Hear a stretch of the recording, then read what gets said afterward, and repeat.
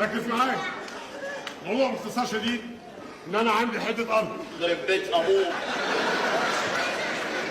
قلت ايه يا ولد؟ ها؟ قلت ايه؟ لا يا فندم، بقول الارض فيها بيت ابوك. ايوه يا ابني فيها بيت ابويا. بيت ابوك. ايوه بيت ابويا. في الارض. ايوه في الارض هناك. بيت ابوك. ايوه بيت ابويا. في الارض. ايوه في الارض هناك. بيت ابوك. ايوه بيت ابويا يا ابني. في الارض. ايوه في الارض. بيت ابوك. ايوه بيت ابويا يا ابني. في الارض. ايوه في الارض هناك. ركز معايا. ايوه يا فندم. الموضوع باختصار ان انا عندي حته ارض. بيت امك.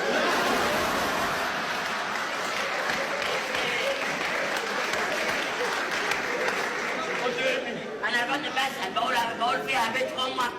ايوه يا ابني، هو بيت ابويا هو بيت امي. يعني فيها بيت ابوك على بيت امك. ايوه يا ابني. بيت ابوك على بيت امك. ايوه يا ابني. في الارض. ايوه في الارض هناك. بيت ابوك. ايوه في ابويا. ده بيت امك. في الارض.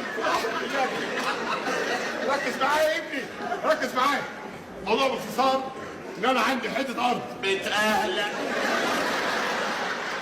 ايوه يا ابني والله. ما هو بيت ابويا وبيت امي هو بيت اهلي. انا بعرف البيوت يا فندم. أيوة. بعرف البيوت. فالموضوع باختصار ايه؟ ايوه. ان انا عندي حته ارض. بيت اللي جابك.